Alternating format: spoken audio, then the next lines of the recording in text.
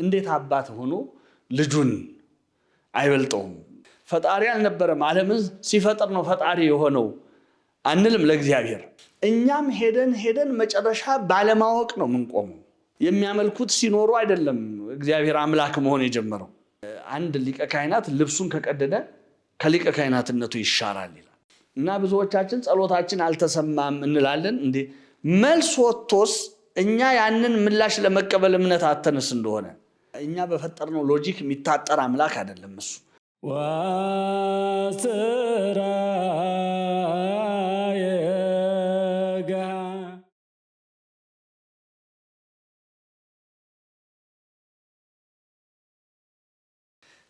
ባለፈው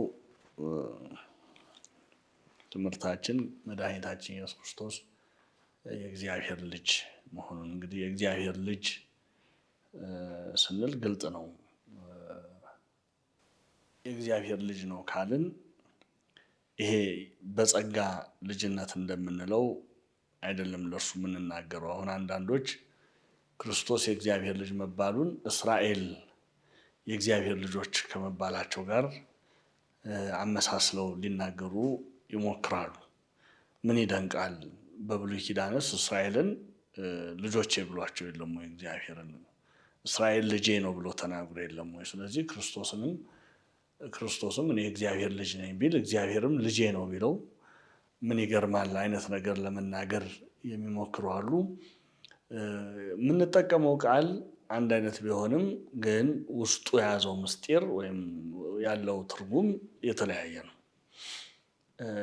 አይሁድ ወይም የአይሁድ መምህራን በዛን ጊዜ የነበሩት ፈሪሳውያን፣ ሰዱቃውያን፣ ሊቀ ካህናቱ ሁሉ ክርስቶስ የእግዚአብሔር ልጅ ነኝ ሲል ምን ለማለት እንደፈለገ ስለተረዱ ነው ያ ሁሉ ተቃውሞ በሱ ላይ ደረሰው እንጂ ልክ እስራኤል በብሉይ ኪዳን እግዚአብሔር ልጆቼ እንዳላቸው አይነት ቢሆን ኖሮ የክርስቶስም አነጋገር እንደዛ አይነት መሆኑን ቢያውቁ ኖሮ የሚጣሉበት ምንም ምክንያት አይኖራቸውም ነበር። ግን የእግዚአብሔር ልጅ ነኝ ሲል ምን ማለቱ እንደሆነ በደንብ ገብቷቸዋል። ይህንን በተረዳ ነገር እናያለን። ስለዚህ የእግዚአብሔር ልጅ ስንል ደጋግመን እንደተናገርነው የእግዚአብሔር ልጅ ነው ስንል ከባህሪው አስገኝቶታል። ከባህሪው ስለመገኘቱ እንናገራለን እንጂ መቀዳደም በእርሱ ዘንድ የለም። ይህንን በብዙ የቤተክርስቲያን ትምህርት የምናየው ነው። አባት ልጅ በመሆን ከልጁ አይበልጥምም አይቀድምምም። ይቺ ልደት እንግዲህ ድንቅ ናት፣ በጣም ድንቅ ናት።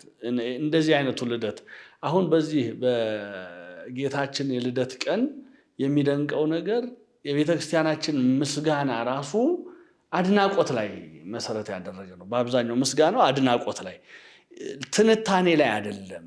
እንዲህ ነው የሆነው እንዲህ ነው የተደረገው የሚል ትንታኔ ላይ አይደለም፣ ማድነቅ ላይ ነው እና የስጋ ልደቱንም ብናይ በዚህ ምድር ከመቤታችን የተወለደውንም የስጋ ልደት ብናይ መንክር ስብሐተ ልደቱ ነው የምንለው። የልደቱ ነገር ድንቅ ነው ብለን ነው የምናልፈው አስደናቂ ስለሆነ።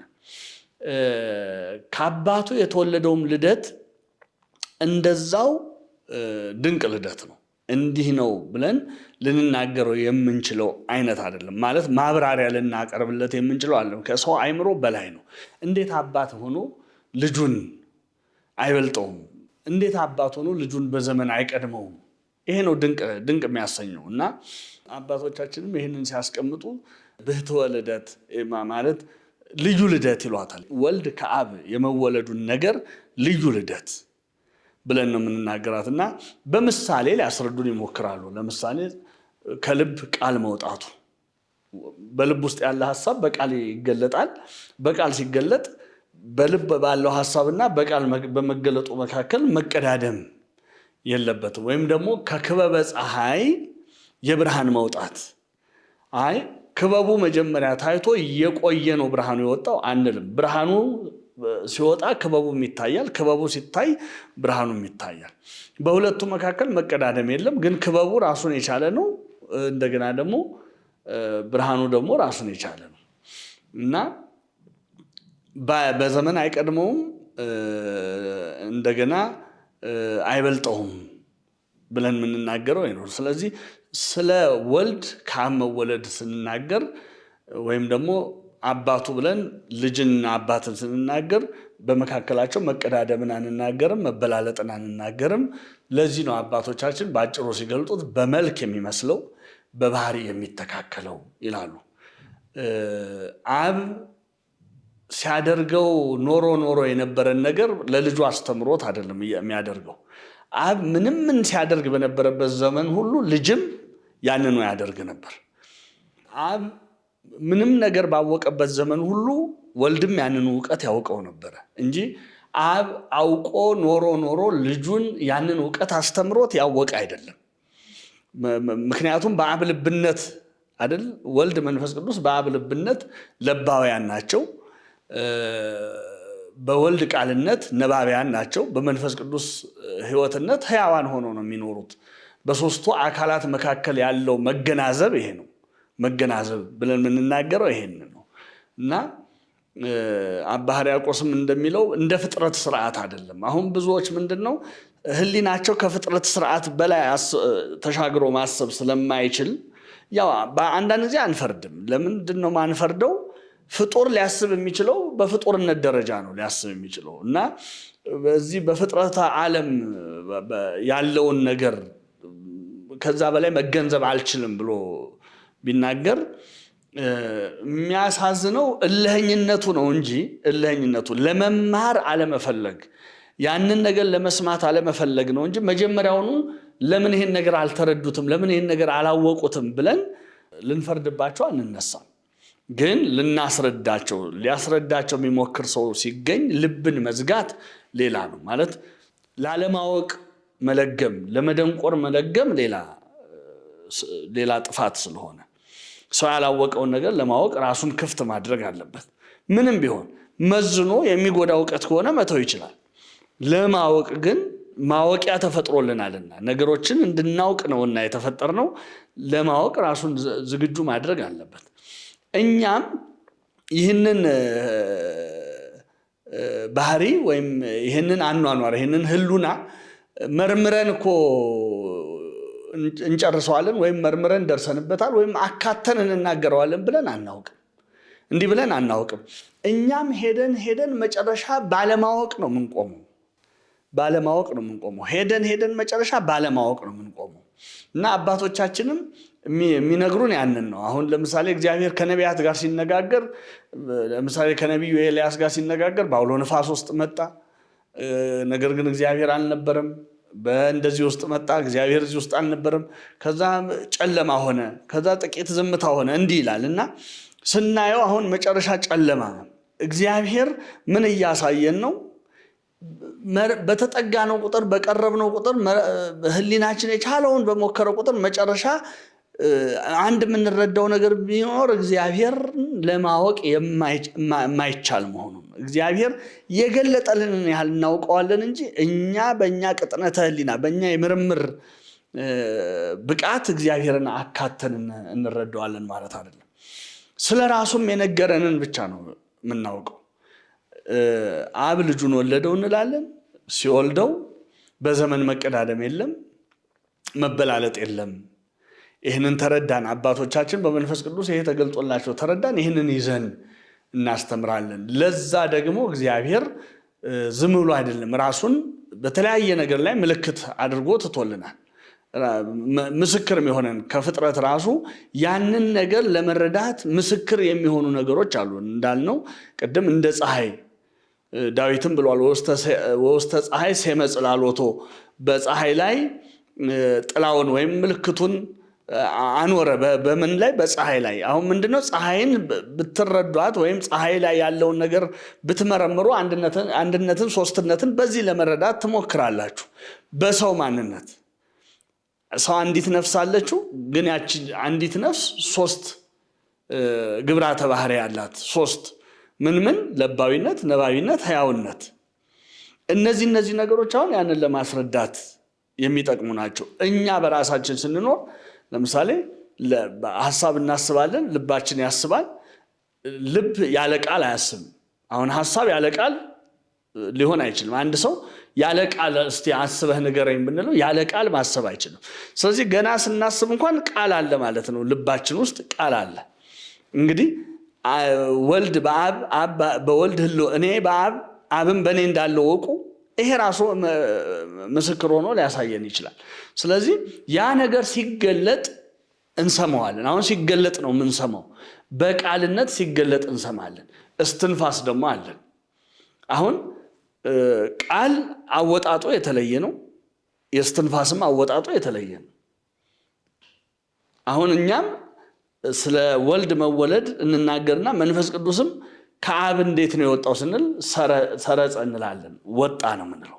ሰረጸ ሁለቱም እኮ መገኘት ነው፣ ሌላ አይደለም። መወለድም መስረጽም መገኘት ነው። ግን ምንድነው ለወልድ ሲሆን ተወለደ እንላለን፣ ለመንፈስ ቅዱስ ሲሆን ወጣ ወይም ሰረጸ በግዙ ሲሆን ሰረጸ እንላለን፣ ወጣ።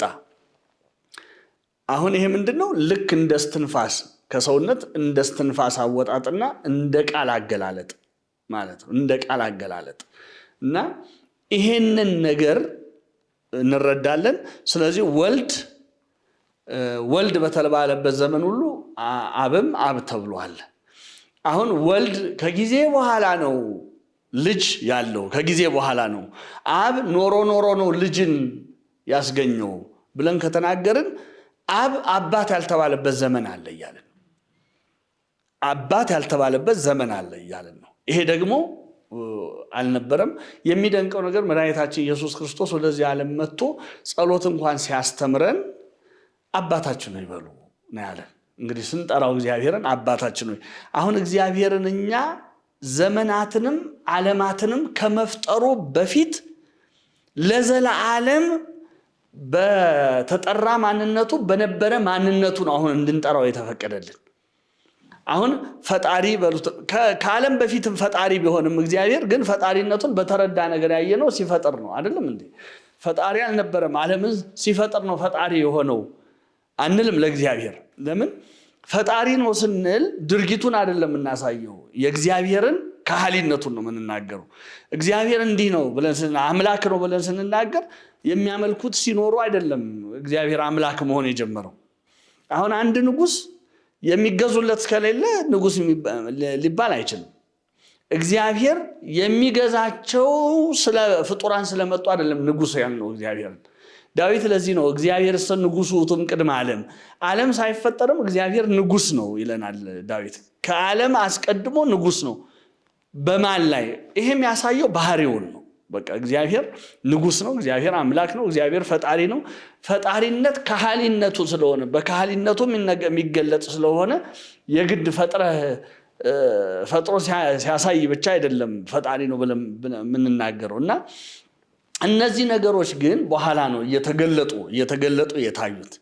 አባትነት ግን ከመጀመሪያው ጀምሮ ነበር። በቃ አባትነት ያልነበረበት ጊዜ የለም፣ ልጅነትም ያልነበረበት ጊዜ የለም። ስለዚህ ይሄንን ነው አሁን የምንናገረውና እንደ አይሁድ የሚገርመው ዛሬ ይህንን ጥያቄ ከሚያነሱት ሰዎች ይልቅ አይሁድ ያንን ነገር ተረድተውታል። ክርስቶስ እኔ ልጅ ነኝ ሲል ምን ማለቱ እንደሆነ እንግዲህ ክርስቶስ ስንል ለሰው ግራ እንዳይገባ ያው የእግዚአብሔር ቃል ወልድ እያለን የምንናገረው ክርስቶስን ነው። አሁን በዘመነ ሐዲስ በእርግጥ ክርስቶስ ስንል ስመ ስጋዌ ነው።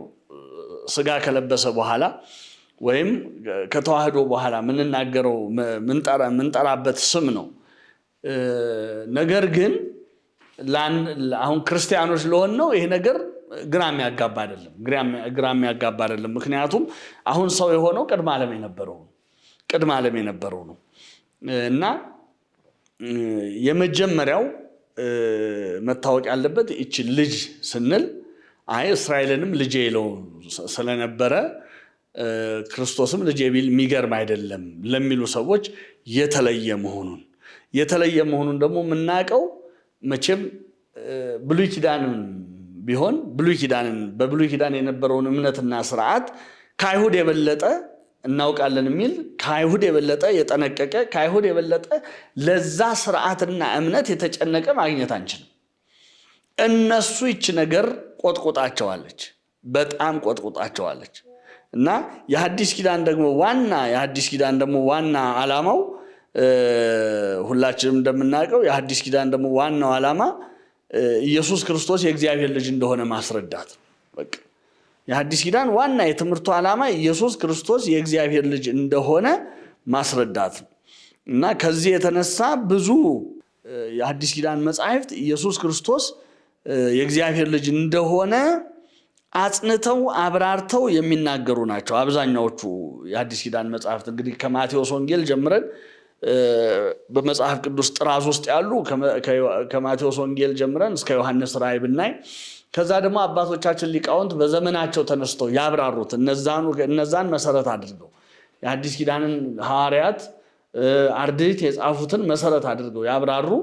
በዋናነት ስንመለከት የሐዲስ ኪዳን ጽሑፍ ወይም የሐዲስ ኪዳን መጻሕፍት የሐዲስ ኪዳን ትምህርት ስብከቱ ትምህርቱ በዋናነት ትኩረት የሚያደርገው ኢየሱስ ክርስቶስ የእግዚአብሔር ልጅ እንደሆነ በስጋ የተገለጠ የእግዚአብሔር ልጅ እንደሆነ ያንን ማሳየት ነው እና ብዙ መጻሕፍት ተባብረውበታል። የብዙ ሊቃውንት ምስክርነት ማንሳት እንችላለን። አሁን እንደው የመጽሐፍ ቅዱስን እናነሳለን የሊቃውንቱን እናንሳ ካልን እንደው በቀላሉ የሚሆነው ለኦርቶዶክሳውያን ክርስቲያኖች ቀላል የሚሆነው የሊቃውንትን ምስክርነት መስማት ማወቅ የፈለገ ሃይማኖተ አበውን ማንበብ ነው።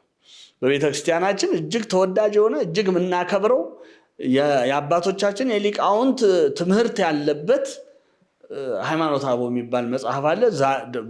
በቀድሞ ዘመን በግዕዙ ብቻ ስለነበረ ለብዙ ሰው ያስቸግራል ተብሎ ይታሰብ ነበር። አሁን ግን ግዕዙና አማርኛው ጎን ለጎን እየተነጻጸረ የተጻፈበት አለ። ከዛ አልፎ ደግሞ ትርጓሜው ሳይቀር በቃ እንዲህ ማለቱ እንዲህ ነው እየተባለ አባቶቻችን እንደገና ሃይማኖተ አበው በራሱ ትርጓሜ ነው። የሚደንቀው ነገር ሃይማኖተ አበው በራሱ ትርጓሜ ነው። እንግዲህ ማብራሪያ ነው።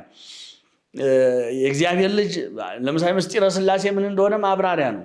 እንደገና ለዛ ማብራሪያ አባቶቻችን ተጨማሪ እንግዲህ ለማብራሪያም ማብራሪያ የሚሰጡ አባቶች ነው ያሉን እኛ እና አንድም ብለው እነዛ ሊቃውንት ስለ ምስጢረ ሥላሴ ስለ ምስጢረ ሥጋዌ ያብራሩትን እንደገና እነሱ ደግሞ አንድም እያሉ የበለጠ እንድንረዳው አብራርተው የጻፉበት ስላለ ያንን አንብቦ መረዳት ነው። ለዛሬው በመጽሐፍ ቅዱስ ላይ ስለ ኢየሱስ ክርስቶስ የእግዚአብሔር ልጅ መሆን የተሰጡ ምስክርነቶች ምንድናቸው የሚለውን ነገር እናያለን። እንግዲህ የተነሳንበት የመጀመሪያው ከዚህ ከአይሁድ ጋር ተያይዞ አይሁድንም ወይም እስራኤልንም እግዚአብሔር ልጄ ብሎ ነበርና እግዚአብሔር ኢየሱስ ክርስቶስን ልጄ ቢለው ምን ልዩነት ያመጣል? ወይም ደግሞ እስራኤልም ራሳቸውን የእግዚአብሔር ልጆች እንደሆኑ ያስቡ ነበርና አሁንም ክርስቶስ እኔ የእግዚአብሔር ልጅ ነኝ ቢል ምን ድንቅ ነገር አለው ብለው ለሚናገሩ እነዚህን የመጽሐፍ ቅዱስ ክፍላት በደንብ ቢያዩዋቸው እንመክራለን። በዮሐንስ ወንጌል ምዕራፍ 5 ቁጥር 18 ላይ ጌታችን አንድ ነገር ተናገረ። ምንድን ነው ያለው? አባቴ እስከ ዛሬ ይሰራል እኔም እሰራለሁ ብሎ ተናገረ። የዛን ጊዜ አይሁድ ሊገድሉት አብዝተው ይሹ ነበር ይላል። ሊገድሉት አብዝተው ይሹ ነበር እና ሊገድሉት የፈለጉበት ዋናው ምክንያት እዛው ዮሐንስ ሲመዘግበው ምንድን ነው? ራሱን ስላደረገው ነገር ወይም ስላስተማረው ትምህርት አይደለም አይሁድ ሊገሉት ይፈልጉ የነበረው። በዋናነት ሊገሉት ይፈልጉ የነበረው ራሱን ከእግዚአብሔር ጋር አስተካክሎ አባቴ ነው ስላለ ሊገሉት ይሹ ነበር። ስለዚህ ክርስቶስ አባቴ ነው ብሎ ሲናገር እግዚአብሔርን ራሱን ከእግዚአብሔር ጋር እያስተካከለ ማለት አባቶቻቸውን ካነጋገረው አብርሃምን ከካራን ካወጣው ሙሴን በደብረ ሲና ካነጋገረው በኢያሱ አድሮ ካወረሳቸው እነ ዳዊትን ካነገሰላቸው እነሱ ስሙን ለመጥራት እንኳን ከሚፈሩት አምላክ ጋር ራሱን አስተካክሎ እየተናገረ እንደሆነ አይሁድ ተረድተዋል። ይሄንን ለአይሁድም ከባድ የሆነባቸው ይሄ ነው። በአጭር ቁመት በጠባብ ደረት ተወስኖ ለዛውም ደግሞ እንደነ ዳዊት እንደነ ሰሎሞን በግርማ ሳይሆን ትሁት ሆኖ ራሱን እንኳን ሳይከናነብ በባዶ እግሩ የሚሄድ አንድ ከገሊላ የተነሳ ሰው እኔ የእግዚአብሔር ልጅ ነኝ ብሎ ራሱን ከእግዚአብሔር ጋር ሲያስተካክል ምንም እንኳን እነ ዳዊት እነ ሰሎሞን 1000 ዘመን ቢኖሩ እንኳን ማያደርጉትን ነገር በዛች አጭር የ3 ዓመት መገለጡ አድርጎ እንኳን ያሳያቸው እኔ እንኳን ባታምኑ ምሰራውን አይታችሁ መኑ አባቴ በእኔ አድሮ የሚሰራውን እኔም ምሰራውን አይታችሁ መኑ እያለ እየነገራቸው ሊቀበሉ አስቸገራቸው። እንደነ ኒቆዲሞስ ያለው ግን ጥርጣሬውን ማለት በአይሁድ መካከል በእነዚህ በሊቃውንትን በሚሉት መካከል እንኳን ከመጋረጃ ጀርባ ቀስ ብለው የሚያወሯትን ነገር ፍንጭ ሰጥቷል ኒቆዲሞስ። አንዳንዶች ልቡና ውስጥ የተፈጠረችዋን ጥርጣሬ ፍንጭ ሰጥቷል። ለምን? ክርስቶስን መጥቶ በማታ ሲያነጋግረው ምንድን ነው ያለው? እግዚአብሔር ከእርሱ ጋር ከሆነ በቀር አንተ የምታደርጋቸውን እነዚህን ነገሮች ሊያደርግ የሚችል ማንም እንደሌለ እናውቃለን። ይኸውላችሁ እናውቃለን። አሁን ብቻውን አይደለም፣ እንደሱ ሌሎችም እንዴ ይሄ ሰው ከእግዚአብሔር ካልሆነ ይሄ ሰው እንዳለው የእግዚአብሔር ልጅ ካልሆነ እሱ የሚያደርገውን ነገር እንዴት ሊያደርግ ይችላል? ማንም ሰው ይሄንን ሊያደርግ ነቢያትም አላደረጉትም። ይሄንን እንግዲህ ሙሴ እንኳን ያንን ሁሉ ታላላቅ ተአምራት አድርጓል የተባለው ጌታችን ካደረገው ጋር ሲታይ በፍጹም የሚገናኝ አይደለም። ደግሞ ሙሴም አድርጓል ብንል ሙሴ ያደረገው የጸጋ ነው። ጌታችን ግን የባህሪው ነው። ያደርገው የነበረውን ሁሉ ያደረገው በባህሪው ነው። ሙሴ ሲያደርግ ምንጊዜ መመሪያ እየተቀበለ ነው። አሁን በበትሩ ውሃውን ምታው፣ አሁን በበትሩ ባህሩን ምታው፣ አሁን በበትርህ እንዲህ አድርግ እየተባለ ነው። ሙሴ በግልጽ ይታይ ነበር። ሙሴ ያንን ነገር የታዘዘውን ማስፈጸም እንደሆነ ይታይ ነበር። ጌታችን ግን ከማንም መመሪያ ሲቀበል አናየው፣ ማንንም ሲለምንም አናየው። አጋንንትን ውጣ ይላል፣ የታመመን እወዳለሁ፣ ለምጻሙን እወዳለሁ ንጻ ይላል። አይነ ስውሩን ምን ትፈልጋለህ ማየት ሲለው እንደ እምነት ይሆንልህ ይለዋል። እንዲህ እያለ ነበር የሚፈውሰው። ስለዚህ ነው ስራዬን አይታችሁ መኑ ያላችሁ። እንግዲህ ይሄንን ለማመን እንግዲህ እልህኛ ልብ ማለት ይሄ ነው። እልህኛ ልብ ማለት ይሄ ነው። እግዚአብሔር ደግሞ እንደዚህ አይነት እልህኛ ልብ ባላቸው ላይ ምን እንደሚያደርግ ቅዱስ ጳውሎስ ሲናገር ወደ ረፍቴ አይገቡም ብዬ በራሴ ማልሁ ይላል እግዚአብሔር። እና ቅዱስ ጳውሎስ ይችን ነገር ሲያጸናት ምንድን ነው የሚለው? ከራሱ በላይ የሚምልበት ስለሌለ ይላል። ከራሱ በላይ ሊምልበት የሚችል ስም ስለሌለ ወይም ከራሱ በላይ ሊምልበት የሚችል ሌላ አካል ስለሌለ እግዚአብሔር እንደዚህ አይነት እልህኛ ልብ ያላቸው ወደ ረፍቴ አይገቡም ብዬ ማልሁ። አይሁድ እግዚአብሔር ለአባቶቻቸው ከሰጣት ተስፋ ከዚች እረፍት ተቆርጠው የተጣሉት ልባቸው እልህኛ ስለነበረ እንጂ ኒቆዲሞስ ፍንጭ ሰጠው። አንተ የምታደርገውን እግዚአብሔር አብሮት ካለ ሰው ውጭ ይሄን ሊያደርግ የሚችል እንደሌለ እናውቃለን። እንግዲህ እያወቁ ነው ልባቸው እልህኛ የሆነው። ዛሬም ብዙዎች እንዲህ ያሉ በነገራችን ላይ የመጽሐፉን ዕውቀት በደንብ እውነታው እየተገለጠላቸው አብሶ ዛሬ በዚህ ጊዜ በእያንዳንዱ ሰው እጅና በእያንዳንዱ ሰው ጆሮ ላይ የእግዚአብሔር እውነት ደርሷል። እውነት ለመናገር የእግዚአብሔር እውነት ደርሷል። ዛሬ ማንም አንድና ሁለት ቁልፎች ተጭኖ እውነተኛውን የወንጌል ትምህርት ለማግኘት ለማወቅ የተመቻቸ ጊዜ ላይ ነው ያለው። ይሄ እንደዚህ አይነቱ ፕላትፎርም ራሱ ያንን ነው። የዛ አገልግሎት እውነትን ማገልገል ነው፣ ሌላ አይደለም። እውነትን እልህኛ ልብ ለሌላቸው ሰዎች ማድረስ ነው ትልቁ የወንጌል አገልግሎት ስራ። የመሸናነፍ ጉዳይ አይደለም። ይሄ የመሸናነፍ ጉዳይ አይደለም። ለምን? እውነት ተሸንፈ አታውቅም። የመሸናነፍ ጉዳይ አይደለም። ወይም ደግሞ ቁጥር የማበረከት ጉዳይ አይደለም። ይሄ አድናቂ ወይ ቲፎዞ የመሰብሰብ ጉዳይ አይደለም። ይሄ ሂዱና ይህንን እውነት ነገሯቸው ተብለን የተላክ ነው። ያንን እውነት እልህኛ ላልሆነ ልብ በፍቅር እናደርሳለን። ሰምቶ እልህኛ ያልሆነ ወደ እረፍቱ ይገባል። በእልህኝነቱ የቀጠለ ግን እንደተባለው በራሱ የማለው አምላክ ከረፍቱ ቆርጦ ይጥለዋል። እና አይሁድ ይሄን ያህል እየተጠራጠሩ በቃ በዋናነት ሊገድሉት የፈለጉት ሌላ ሳይሆን ራሱን የእግዚአብሔር ልጅ ስላደረገ ነው። የተለመደው እነሱ የተጠሩበት የእግዚአብሔር ልጅነት ቢሆን ለምን ሊገሉት ይፈልጋሉ ነው ጥያቄ። በቃ ስለዚህ እሱ ልጅ ነኝ ብሎ ሲናገር ለየት ያለች ጉዳይ እንደሆነች አይሁድ ገብቷቸዋል። ዛሬ ይህንን ለመረዳት የማይፈልጉ ሰዎች ቢኖሩ ክህደታቸው ከአይሁድም የከፋ። አይሁድ እንኳን ክርስቶስን ለመስቀል ምክንያት ያደረጉትን ነገር እየካዱ እንዳሉ ማሳያ ነው። በተጨማሪም በዚህ በማቴዎስ ወንጌል ምዕራፍ 26 ቁጥር 63 ላይ መድኃኒታችን ኢየሱስ ክርስቶስን ብዙዎች ከሰሱት። እንደምናውቀው በዕለተ ዓርብ ሐሰተኛ ምስክሮች ተጠናቅረው ብዙ ከሰሱት እና ቤተ መቅደስን አፈርሳለሁ አፍርሼ በ3 ቀን እሰራዋለሁ ብሏል ጌታችን። ሲጀመርም እንደዚህ አላለም። ቤተ መቅደሱን አፍርሼ በ3 ቀን እሰራዋለሁ አላለም። ቤተ መቅደሱን አፍርሱት ነው ያለው። አፍርሱት፣ እናንተ አፍርሱት ቤተ መቅደሱን፣ እኔ በ3 ቀን አነሳዋለሁ ነው ያለው።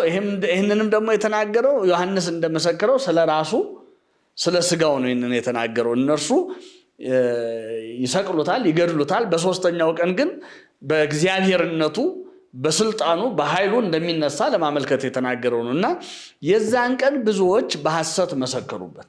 ተንሥኡ ላዕሌ የሰማዕተ ዓመፃ፣ በዳዊት የሐሰት ምስክሮች ሐሰተኛ ምስክሮች በእኔ ላይ ተነሱብኝ ተብሎ የተነገረው ትንቢት ይፈጸም ዘንድ በሐሰት መሰከሩበት። መድኃኒታችን ኢየሱስ ክርስቶስ በሚደንቅ ሁኔታ ለሚናገሩት ለአንዱም የሐሰት ምስክርነት መልስ አልሰጠም። ይሄ ለእኛም ትልቅ ትምህርት ነው። ሰዎች በሐሰት ሲከሷችሁ ሸንጎም የሐሰት ሸንጎ ከሆነ እውነተኛ ፈራጅ ባለበት እውነትን ማስረዳት ተገቢ ነው። እውነተኛ ፈራጅ በሌለበት ራሱ ሐሰተኛ ምስክር ያዘጋጀ ዳኛ በተቀመጠበት የራስን እውነት ለመናገር ለማስረዳት መሞከር ከንቱ ድካም ነው። ስለዚህ ጌታችን ዝም አለ። ዝም መልስ አልሰጣቸው። ዝም ሲላቸው ሊቀ ካህናቱ ደግሞ የሚቀርበው ክስ ሁሉ እንደሚፈልገው ክርስቶስን ወደ ሞት ለመላክ የሚፈልገው አይነት ጠንካራ አልሆንለት ስላለ ሊቀ ካህናቱ ራሱ ዳኛነት የተቀመጠው ራሱ ጣልቃ ሲገባ እናየዋለን። እና አንድ ጥያቄ ነው የሚጠይቀው፣ አንተ እስከ መቼ በጥርጣሬ ታቆየናለህ? እስከ መቼ ነው እንደዚህ ግራ መጋባት ውስጥ የምትከተል? በሕያው እግዚአብሔር ስም አምልሃለሁ፣ አንተ ክርስቶስ የእግዚአብሔር ልጅ እንደሆንክ ትነግረን ዘንድ ከሆንክም ካልሆንክም እውነታውን ገልጠህ ትነግረን ዘንድ በእግዚአብሔር ስም አምልሃለሁ ብሎ ይህንን ይናገረዋል። የዛን ጊዜ ሊቀ ካህናቱ እንዲህ ብሎ ሲናገረው ጌታችን መልሱ ምን ነበር? አንተ አልህ አሉ። አንተ አልህ። እንደውም ይህን ብቻ አይደለም መድኃኒታችን ኢየሱስ ክርስቶስ የተናገረው፣ አንተ አልህ ይለውና ኢየሱስ እንደው ማርቆስ ላይ ደግሞ ምን ይላል? ኢየሱስም እኔ ነኝ አለ። ይህንን የእግዚአብሔር ልጅ ነህ ሲለው አዎ እኔ ነኝ አለና የሰው ልጅም በኃይል ቀኝ ሲቀመጥ በሰማይም ደመና ሲመጣ ታዩታላችሁ አላቸው።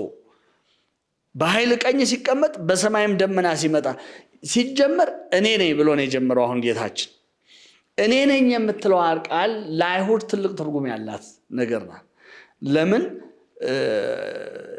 በኮሬብ በዛ በደብረ ሲና ለሙሴ ሲታየው እግዚአብሔር ማነህ ስምህን ቢጠይቁኝ ማን ብዬ ልንገራቸው ብሎ ሲጠይቀው በዕብራይስጥ እንግዲህ በዛን ዘመን በዕብራይስጥ ቋንቋ ውስጥ ቫውልስ የምንላቸው የሉም። ኮንሶናንት ብቻ የሚባሉት ናቸው ያሉት እንጂ ቫውልስ ስለሌሉ ያለው ነገር እስካሁንም ድረስ እንዴት ነው የሚነበበው የሚለው አጠራጣሪ ሆኗል። ለዚህ ነው ያህዌ የሚል እናገኛለን። አንዳንዶች ደግሞ ይሆዋ ይላሉ። ግን ምንድነው በዋናነት ሲተረጉሙት ያለው ምንድነው? እኔ ነኝ ነው ያለው። እኔ ነኝ በቃ። ወይም አንዳንድ ቦታ ስናገኝ እኔ ነኝ። አሁን በእንግሊዘኛው አያም ሁ አያም የሚል ነገር እኔ ነኝ። ወይም ደግሞ እኛ ቀጥታ ስናመጣው እኔ ነኝ ነው ያለው እንላለን። አባቶቻችን እንደውም በተሻለ ይህንን ወደ ግዕዙ ሲመልሱ ዛሃሉ ይሄሉ የነበረው ያለውና የሚኖረው በቃ ይሄ እኔ ነኝ የሚለውን በደንብ የሚያሳይ ነው።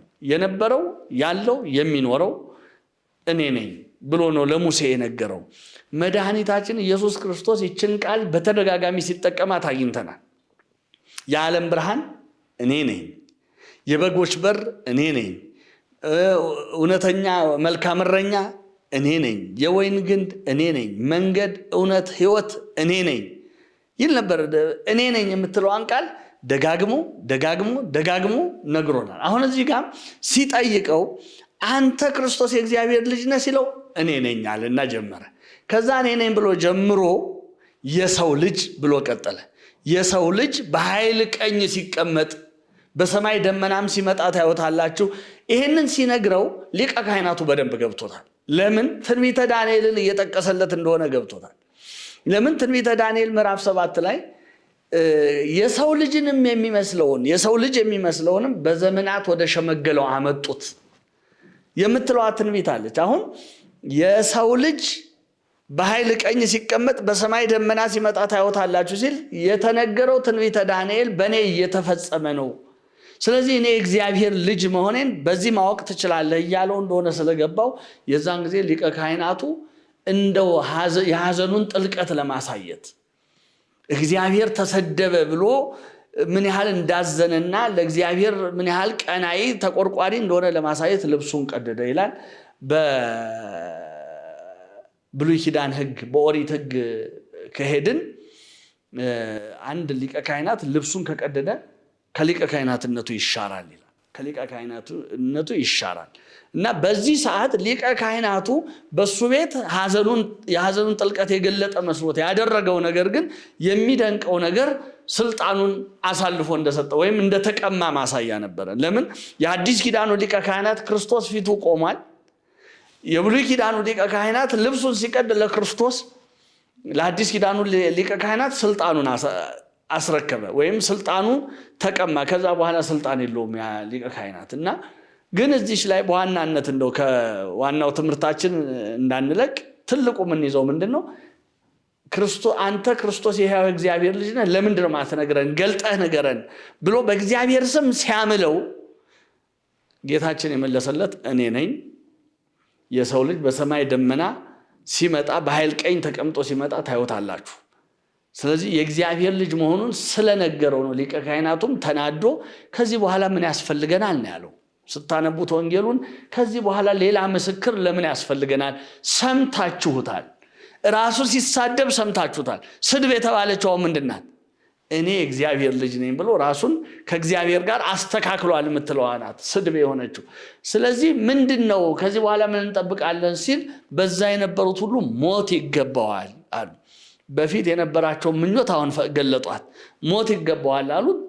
አይሁድ ለጲላጦስን ለማሳመር እኔ ንጉሥ ነኝ ይላል፣ እኔ እንዲህ ነኝ ይላል፣ ሰንበትን ይሽራል፣ በሕዝብ መካከል ሁከት ያነሳል ብለው የተለያየ ነገር ፈጠሩ እንጂ በውስጥ ያለችው ዋና ምክንያታቸው ክርስቶስን ወደ መስቀል ለመውሰድ በውስጣቸው የነበረች ዋና ምክንያት ራሱን የእግዚአብሔር ልጅ ነኝ ማለቱ።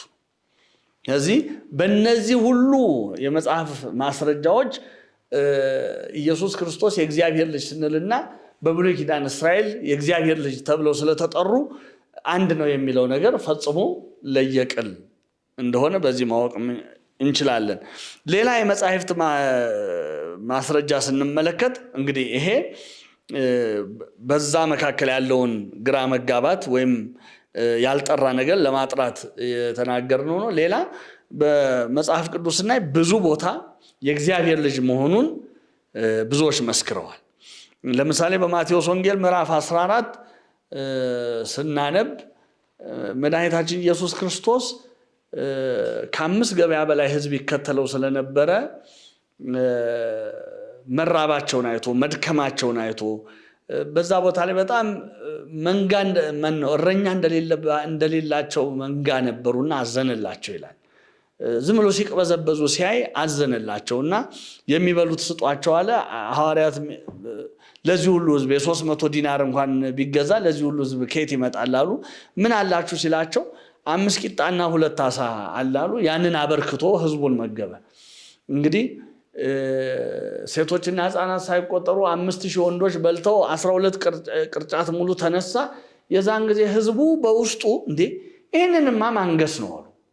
ብንራብ እያበላን፣ ብንታመም እየፈወሰን፣ ብንሞት እያስነሳን እንደዚህ አድርጎ የሚያኖረን ከሆነ ከዚህ የተሻለ ንጉሥ ከየት እናመጣለን ብለው በውስጣቸው አሰቡ። ያንን አውቆ ወደ ምድረ በዳ ፈቀቅ አለ ይላል። እሱ ወደ ምድረ በዳ ፈቀቅ አለ። ሐዋርያትን ቅደሙኝ፣ ቀድማችሁኝ ተሻገሩ፣ በታንኳ ቀድማችሁኝ ተሻገሩ አላቸውና እሱ ወደ ምድረ በዳ ፈቀቅ አለ። ሐዋርያት በታንኳ ገብተው ጉዞ ጀመሩ። ከሌሊቱ በ4ኛው ሰዓት ሲሆን እነሱ በባህር መካከል ይታገሉ ነበር፣ ከነፋስ ጋር ይታገሉ ነበር። አሁን መድኃኒታችን ኢየሱስ ክርስቶስ ከሌሊቱ በአራተኛው ሰዓት በባህር ላይ እየተራመደ ወደ እነሱ መጣ። በባህር ላይ እየተራመደ ሲመጣ ያዩት ነገር ራሱ ምትሃት መሰላቸው። እንግዲህ በጣም አስደንጋጭ ነው። ጨለማ አለ። በጨለማ ከማዕበል ጋር እየታገሩ ነው። ውሃው ታንኳን ሊደፍናት ላያቸው ላይ የተገለበጠባቸው በጭንቀት ውስጥ ነው ያሉት። በዛ ሁሉ ጭንቀት ውስጥ እንደገና የሆነ ውልብ የሚል ነገር ማየት ማንም ቢሆን ነፍሱን ይነጥቀዋል። እና ሐዋርያት እጅግ ጮሁ ነው የሚለው። እንደውም ጮሁ፣ በቃ የሆነ ያዩት ነገር አስፈርቷቸው ጮሁ። የዛን ጊዜ መድኃኒታችን ያው ቅድም የጠቀስናትን ቃል አሁንም ተጠቀመ። አትፍሩ እኔ ነኝ አላቸው። አትፍሩ እኔ ነኝ። እና ያው እንግዲህ ሁላችንም ታሪኩን እንድናውቀው እንደምናውቀው እኔ ነኝ ብሎ ሲናገር ቅዱስ ጴጥሮስ ጌታ ሆይ አንተ ከሆንክ ወደ አንተ እንድመጣ እዘዝ አለው። ጌታችን ና አለው። ና እንግዲህ እግዚአብሔር ቃል ከተናገረ በኋላ ያ ቃል በቀጣይ ሁኔታ እንዴት ነው የሚፈጸመው የሚሆነው የሚወሰነው በዛ ሰውዬ እምነት ላይ ነው። እኛ አሁን ብዙ ጊዜ እግዚአብሔርን እንለምናለን፣ በጸሎት ብዙ ነገር እንጠይቀዋለን። ከእግዚአብሔር እንኳን ፈቃዱ ስትወጣ ያቺ ፈቃድ ልትፈጸም የምትችልበት እምነት ግን እኛ ጋር ባዶ ሆኖ ይገኛል። እና ብዙዎቻችን ጸሎታችን አልተሰማም እንላለን። እንዴ መልስ ወጥቶስ እኛ ያንን ምላሽ ለመቀበል እምነት አተንስ እንደሆነ ይህንንም እኮ መመርመር ያስፈልጋል። ቅዱስ ጴጥሮስ ልምጣ አለው። እንግዲህ ይሄ እንደ ጸሎት ብንቆጥረው አንተ ከሆንክ ወደ አንተ ልምጣ ሲለው ና አለው። በባህሩ ላይ እየተራመደ መሄድ ነው የፈለገው ጴጥሮስ። ና አለው። በቃ አጭር ቃል ነው የተናገረው፣ ና። አሁን ጴጥሮስ ይችን ቃል አምኖ ዝም ብሎ ወደ ጌታችን ደርሶ ከጌታችን አጠገብ ቆሞ ተመልሶ መጥቶ ታንኳው ላይ መግባት ነው ከሱ የሚጠበቅበት። ቅዱስ ጴጥሮስ ግን ባህሩን መራመድ ከጀመረ በኋላ የተወሰነ ከታንኳዋም ርቋል፣ ወደ ጌታችንም ገና አልደረሰም። በመሃል ስፍራ ላይ ያለ አንድ ነገር ትዝ አለው። ትዝ ያለው ምንድነው? ባህር ነው በእግሩ እየጠቀጠቀ እየሄደ ያለው። እንዴት ውሃ እንዴት ሊረገጥ ይችላል? አሁን ወደ ሕገ ተፈጥሮ ተመለሰ። አሁን እኛ ብዙ ጊዜ ስህተት የምንሰራው እግዚአብሔር ከሕገ ተፈጥሮ በላይ በሆነ ነገር ይሰራል ማለት የተፈጥሮን ሕግ የሰጣት እግዚአብሔር ቢሆንም ለተፈጥሮ ሕግ የሰጣት እሱ ቢሆንም እሱ ግን ከተፈጥሮ ሕግም ውጭ መስራት የሚችል ነው። ይሄን ደግሞ በብዙ ማስረጃዎች ማምጣት እንችላለን። ሳራ ስትወልድ ከሕገ ተፈጥሮ ውጭ ነው። ሴቶች ሊወልዱ ከሚችሉበት እድሜ ውጭ በሆነ ሰዓት ነው ሳራ የወለደችው። ኤልሳቤጥ የወለደችው እንደዛ ነው። ራሱ ከመሬታችን ሲወለድ ሕገ ተፈጥሮ እዛ ጋር ቦታ አልነበረውም። ለምን? በሕገ ተፈጥሮ ሩካቤ ሰስሎተ ድንግልና ዘር መቀበል ግድ ይላል። አንዲት ሴት በወንድ ባህሪ ሳትታገዝ መውለድ ያስቸግራታል። መሬታችን ግን እሱን እንድትወልደው የወንድ ባህሪ አላገዛትም፣ አላስፈለጋትም። ይሄ እሱ ከሕገ ተፈጥሮ ሕጉን የሰጠው እሱ ከሕገ ተፈጥሮ በላይ ከተፈጥሮ ሕግ በላይ ሆኖ ሊሰራ እንደሚችል ማሳያ ነው። አሁንም ውሃ አይረገጥም፣ በውሃ ላይ መራመድ አይቻልም። እሱ እየተራመደ መጣ። ስንጠይቀው ነው አለን። እምነታችን እዚህ ደረጃ መሆን አለበት። አሁን የኛ እምነት እግዚአብሔር ባለፈውም አንስተናል። አንዳንዶች ሎጂካሊ ፖሲብል የሆነ ነገር እንዴ ምን ማለት ነው? ሎጂካሊ ፖሲብል የሆነ ነገር ከዛ በላይ እግዚአብሔር ይሰራል። እኛ በፈጠርነው ሎጂክ የሚታጠር አምላክ አይደለም እሱ። እና ና አለው። ጴጥሮስ መራመድ ጀመረ። ግን ያቺ ሕገ ተፈጥሮ መልሳ ወደ ህሊናው መጣች። እንዴ ውሃ ላይ ነው እኮ ያለው፣ ውሃ እንዴት ሊረገጥ ይችላል? ምን እንደው አርፈህ ለምን አትቀመጥም ነበር የሚል ወደ ህሊናው እንደመጣ ነው እንግዲህ የሚታየን። አሁን የቅዱስ ጴጥሮስ ህሊና ውስጥ ስንገባ የሚታየን ምን አቀበጠኝ የሚል ይመስላል። እንደው እዛው ታንኳ ላይ ሆኜ እንደ ወንድሞቼ ብጠብቅ ይሻለኝ ነበር፣ ምን አቻኮለኝ እንደዚህ ያለ ነው የሚመስለው ቅዱስ ጴጥሮስ። አሁን ያንን ማለት ሲጀምር መስጠም ጀመረ። ውሃው ቁርጭምጭሚቱ፣ ጉልበቱ እያለ ወገቡ፣ ደረቱ ሲደርስ አሁን ያለው አማራጭ አንድ ነው። ጌታ ሆይ አድነኝ ጌታ ሆይ ብሎ ጮኸ። የሚደንቀው ነገር ጌታችን ቆይ ታንኳው ላይ ልውጣና ከዛ ገመድ ወረውርልሃለሁ ወይም ታንኳው ላይ ሆነና በእጄ ጎትቻ አነሳሃለሁ አላለም። እዛው ስምዖን ጴጥሮስ እየሰጠመ ያለበት ባህር ላይ እንደቆመ እዛው ውሃ ላይ እንደቆመ ነው ጴጥሮስን እንደገና ለምን ተጠራጠርክ ብሎ ስቦ ያወጣው። አሁን ይሄ ከሱ በቀር ለማን ይቻላል? እኛ አንድን ሰው ውሃ ላይ ወይም ጭቃ ውስጥ ሊሰጥም ያለን ሰው እናውጣ ብለን ካሰብን መጀመሪያ እኛ ጽኑ የሆነ ነገር ላይ መቆም ይኖርብናል። ያንን ማረጋገጥ አለብን እንጂ ያ ሰው ያለበት ጭቃ ላይ ሆነን ያንን ሰው ማውጣት አይቻልም። ያ ሰው ሊሰጥም ያለበት ውሃ ውስጥ ሆኖ ያንን ሰው ማውጣት ጎትቶ ማውጣት አይቻልም። እንግዲህ በዋና ማትረፍ ሊቻል ይችላል። ስቦ አወጣው ነው የሚለው እዛው ለምን ተጠራጠርክ ብሎ። ከዛ በኋላ ስምዖን ጴጥሮስን ይዞት ተመልሰው ታንኳው ላይ እንደገቡ በዚያ የነበሩት ደቀ መዛሙርቱ ሁሉ አንድ ነገር ተናገሩ። አንተ በእውነት የእግዚአብሔር ልጅ ነህ ብለው ሰገዱለት። አንተ በእውነት የእግዚአብሔር ልጅ ነህ ብለው ሰገዱለት። እንግዲህ ያዩት ነገር አለ ማለት ነው። ከዚህ በፊትም እንደዚህ በነገራችን ላይ ሐዋርያት በታንኳ ጉዟቸው ብዙ ትምህርት አግኝተዋል። ከዚህ በፊትም በዚህ በማቴዎስ ወንጌል ምዕራፍ 8 ላይም እንደምናየው በታንኳ አብረውት ከጌታ ጋር ሲጓዙ ታንኳዋን ማዕበል ያንገላታት ጀመር። እሱ ከታንኳይቱ ጀርባ ተኝቷል። በኋላ ስንጠፋ አይገድህም ብለው ቀሰቀሱት። መድኃኒታችን ተነሳና ለምን ፈራችሁ? እምነታችሁ ጎዶሎ ስለሆነ የፈራችሁት ለምን ፈራችሁ አለና ማዕበሉን ነፋሳቱን ገሰጸው ይላል። ጸጥ በላለው ጸጥ አለ። የዚያን ጊዜ ይሄ ነፋሳትና ባህር ራሱ የሚታዘዙለት ማን ነው ብለው ሰገዱለት ይላል። ሰገዱለት። እዚህ ጋር ግን ማን ነው ብለው አይደለም የሰገዱለት፣ አንተ የእግዚአብሔር ልጅ ነህ ብለው ነው የሰገዱለት። እና አንዱ በመጽሐፍ የምናገኘው ምስክርነት የእግዚአብሔር ልጅ ለመሆኑ ይህ ነው። ባለፈው የፊልጶስ ቂሳርያን አንስተናል። የሰው ልጅ ማን ይሉታል ብሎ ሲጠይቅ አንተ የሕያው የእግዚአብሔር ልጅ ነህ ብለው መመስከራቸውን አይተናል። በዮሐንስ ወንጌል ምዕራፍ 1 ላይ ደግሞ እንዲሁ የሚደንቅ ነገር እናገኛለን። ዋሰ